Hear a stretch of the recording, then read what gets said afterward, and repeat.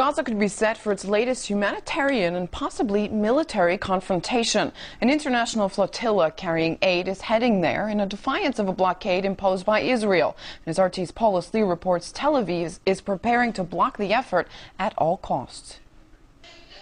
It's the most daring attempt yet to break Israel's blockade of Gaza.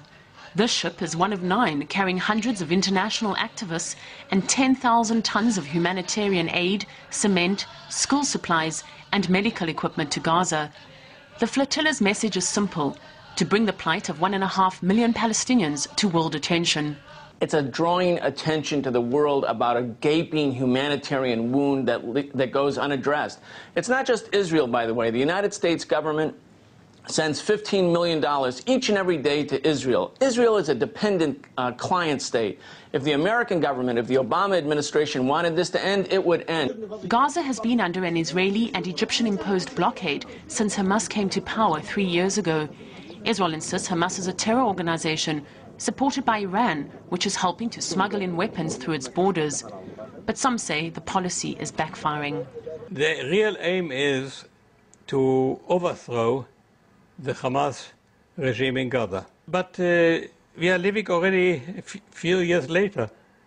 We know that not only has the blockade not led to the overthrow of the Hamas regime in Gaza, but on the contrary, Hamas is at least as strong as it was before, if not stronger.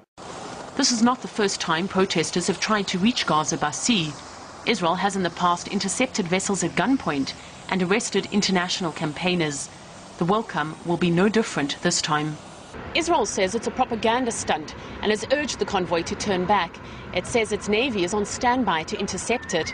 The government insists humanitarian aid is already flooding into Gaza through the approved channels.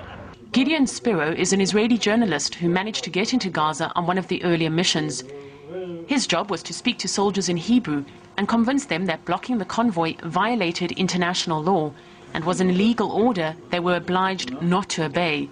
On his return to Israel, he was interrogated by Israeli police for 8 hours. Our ship brought medicine, which was very welcome by Shifa Hospital in Gaza because they were short of a lot of medical staff.